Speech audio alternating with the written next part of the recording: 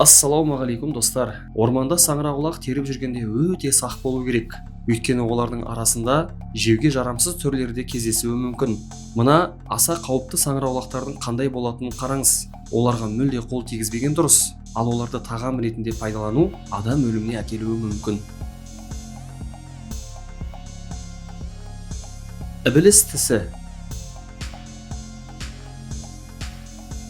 Өте улы саңырауқұлақ. Бетінде қан тәрізді қызыл тамшыларымен ерекшеленеді. Негізінде Европа мен Солтүстік Америка ормандарында өседі.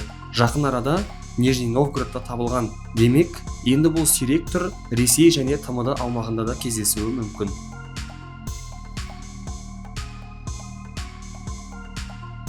Бозғылт поганка. ТМД елдеріндегі саңырауқұлақтан болатын өлім жағдайларының 90%-ға жуығы осы түрден болады. Оны жеуге жарамды ақ және жасыл сыроежкамен, рядовкамен немесе шампиньонмен оңай шатастыруға болады. Тіпті өте аз мөлшерде қолдану да адам өліміне әкелуі мүмкін.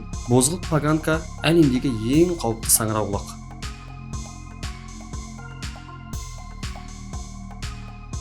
Мухоморлар. Сыртқы түріне қарап-ақ оларды оңай тануға болады. Бұл саңырауқұлақтың иісі жағымсыз.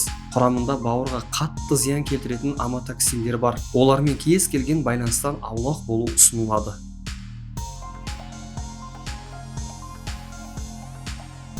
Жиекті галерина.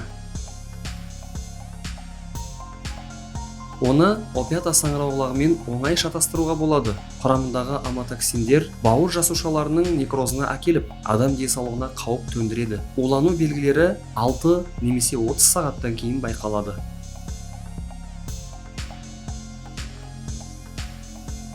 Ақшыл және балауызды говорушка. Зиянсыз көрінгенімен, бұл кішкентай саңырауқұлақ жүйке жүйесіне қатты әсер етеді. Құрамындағы у адамдарды ауыр улануға, тіпті өлімге әкелуі мүмкін.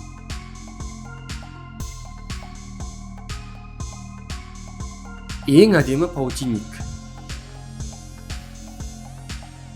Құрамында бүйрек қызметін қайтымсыз бұзатын орреланин бар. Сонымен қатар тыныс алу және тірек қимыл жүйесіне әсер етеді. Улану белгілері бірнеше күннен кейін ғана пайда болуы мүмкін.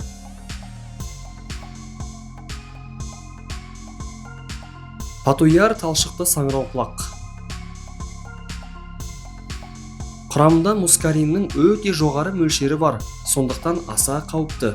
Жүйке жүйесіне әсер етіп, салдануға әкелуі мүмкін. Бұл саңырауқұлақты майлық рядовкамен немесе шампиньонмен шатастыру өте оңай.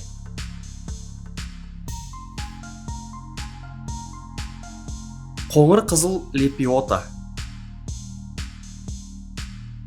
Көбіне шампиньонмен шатастырылады, алайда оның уыттылығы өте жоғары, тіпті аз мөлшері ауыр улануға немесе бауырдың зақымдануына әкеледі. Белгілері 10 минуттың ішінде пайда болуы мүмкін.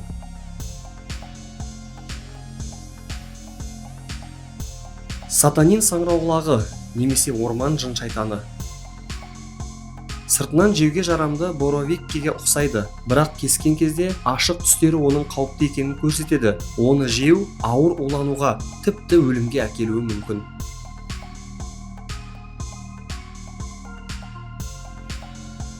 Қызыл решеточник.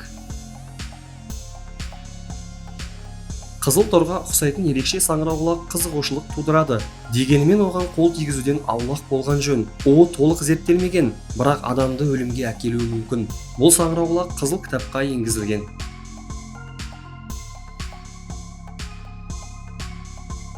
Міне, табиғат әдемі болғанымен әрдайым қауіпсіз емес. Орманда саңырауқұлақ тергенде абай болыңыз. Белгісіз түрлерге қол тигізбеңіз және денсаулығыңызды қатерге тікпеңіз.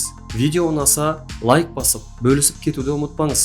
Каналға жазылып, жаңа пайдалы ақпараттарды бірге білейік. Өткен видеоларда өзіме ұнаған пікірлерді қабыл алыңыз. Сіз де пікіріңізді келесі видеода көргіңіз келсе, қане, тез жазыңыз.